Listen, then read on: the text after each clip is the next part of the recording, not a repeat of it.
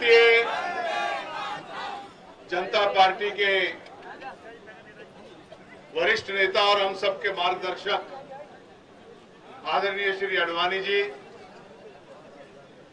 राष्ट्रीय अध्यक्ष श्री नितिन गडकरी जी, लोकसभा में नेता प्रतिपक्ष बहन सुषमा जी, मंच पर विराजमान हमारे वरिष्ठ नेता डॉक्टर मुरली मनोहर जोशी, श्री राजनाथ सिंह जी, यहां मौजूद अन्य नेतागण और मित्रों, कल की रात हिंदुस्तान में लोकतंत्र के इतिहास में एक शर्मनाक अध्याय है, एक काले अक्षरों में लिखने वाला अध्याय है।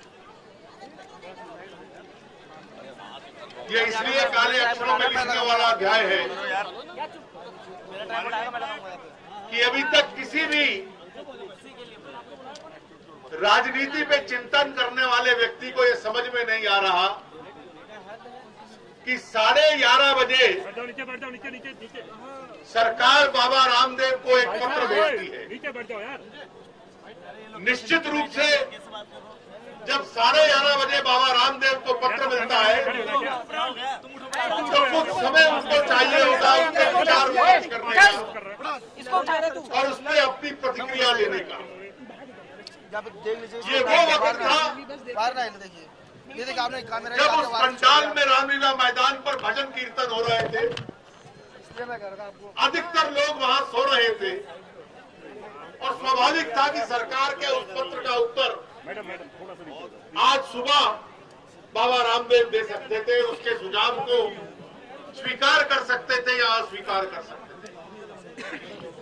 लेकिन ठीक 1.5 घंटे में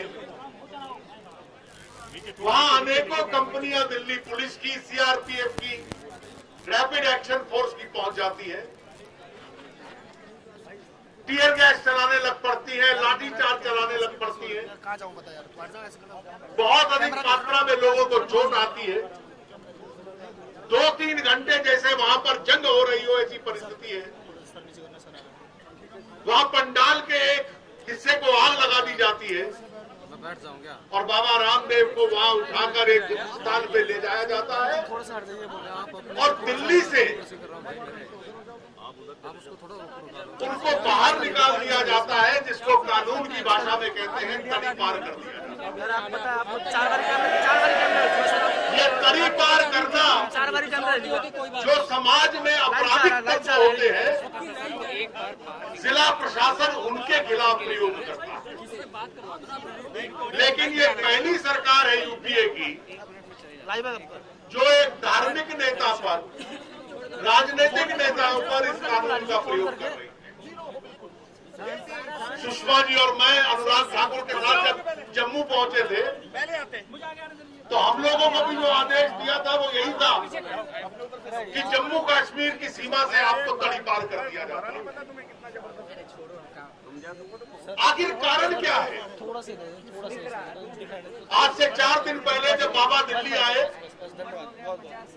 तो इस मंत्री परिषद में सबसे वरिष्ठ मंत्री हैं श्री प्रणब मुखर्जी।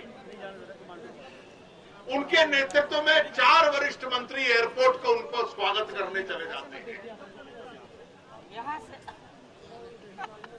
हास्यास्पद मजाक होता है कि इतना बड़ा स्वागत तो सरकार ने जब बराक ओबामा आए थे अमेरिका के राष्ट्रपति, उनको भी नहीं दिया था कि 4 मंत्री उनके स्वागत के लिए चले जाएं। उनके स्वागत के लिए मंत्री जाते हैं, घंटों घंटे उनसे बातचीत करते हैं। अगले दिन केंद्रीय सरकार के कई मंत्री उनसे बातचीत करते हैं, पत्राचार करते हैं और जब तक उनको लगता था कि बाबा उनकी बातचीत में फंस जाएंगे तब तक वो उनकी प्रशंसा करते हैं और एकाएक उनको लगता है कि उनके इस जाल में बाबा नहीं फंसने वाले। और याद रखिए, जब बाबा उनसे बात कर रहे थे तो बाबा से पूर्व आंदोलन करने वाले श्री अन्ना हजारे बार बार टेलीविजन पर आकर कह रहे थे कि ये इतनी धूर्त सरकार है कि इसकी बातों में मत आना, ये केवल धोखा देना जानती है और कोई तरीका इस सरकार को नहीं पता। वो चेतावनी दे रहे थे और अचानक ये परिस्थिति आती है कि आप बाबा को पत्र देते हो, पत्र के ऊपर अपनी टिप्पणी देने का समय भी नहीं देते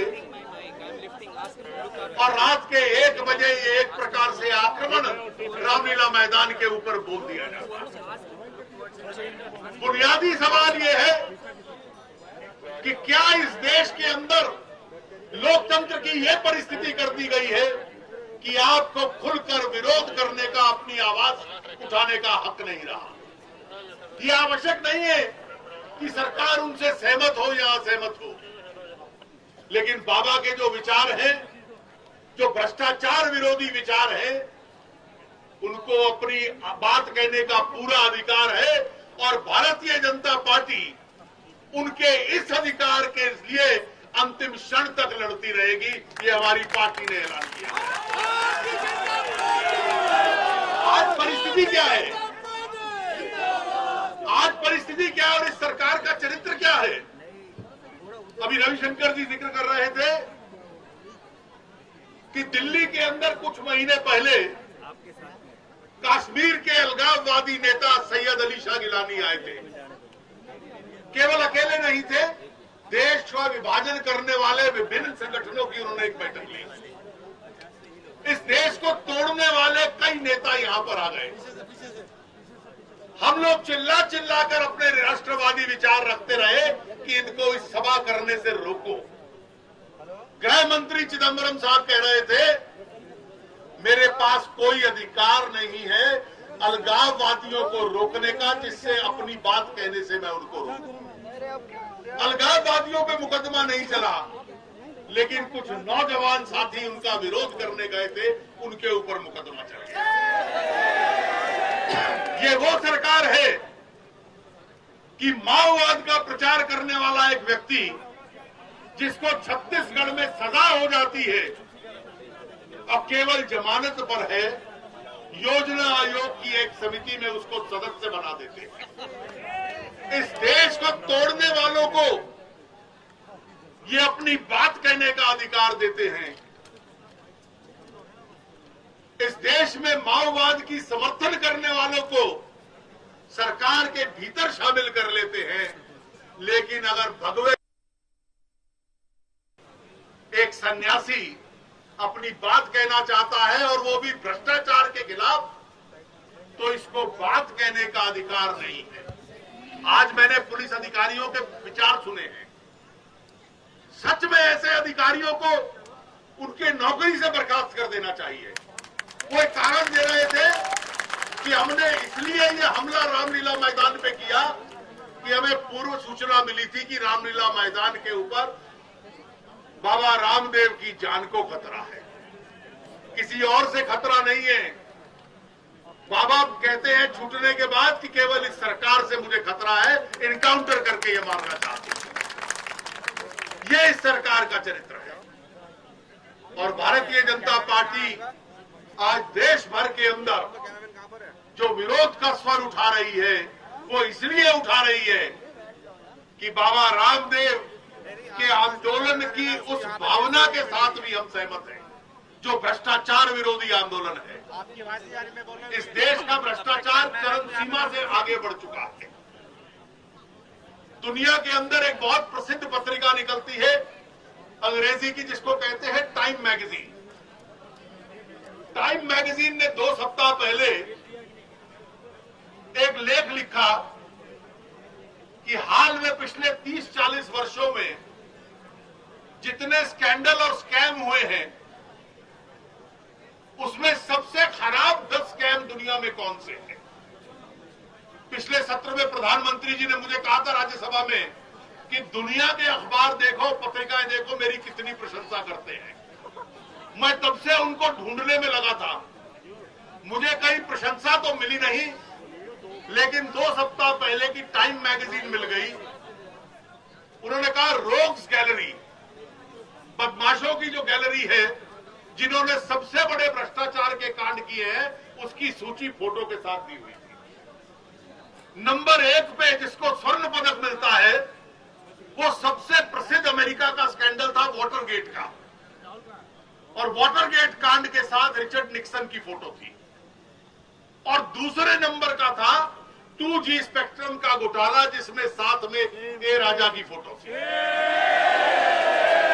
इस सरकार का ये योगदान है कि पूरी दुनिया इनके भ्रष्टाचार के संबंध में ये मानती है कि किसी और क्षेत्र में इन्होंने इस देश को प्रसिद्धि दिलवाई हो या ना हो, लेकिन रोग्स गैलरी में सबसे बड़े स्कैंडल और स्कैम्स की सूची में इस देश को दूसरे स्थान पर दुनिया में पहुंचा दिया, और वो भी वाटरगेट जैसे कांड के बाद दूसरे स्थान पर। ये इस सरकार का चरित्र है। इसलिए ये कारण है कि कभी अन्ना हजारे आते हैं, कभी बाबा रामदेव आते हैं और सड़कों के ऊपर आंदोलन करते हैं, जनता टूट के उनके समर्थन में पड़ती है। ये राजनीतिक लोग नहीं हैं, इनका आंदोलन भी राजनीतिक दल का नहीं है, लेकिन इस देश को स्वच्छ किया जाए, आम नागरिक की इच्छा है, भारतीय जनता पार्टी की भी यही इच्छा है। लेकिन उनको अपनी बात कहने का अधिकार नहीं होगा, ये पहली बार इस देश के अंदर हम लोगों ने देखा है, और इसीलिए भारतीय जनता पार्टी इस विरोध को आरंभ कर रही है पूरे देश के अंदर, बाबा रामदेव और उनके साथियों को उस स्वर को दिलाने के लिए तो कल रात 1 बजे रामलीला मैदान में उनसे छीन लिया गया।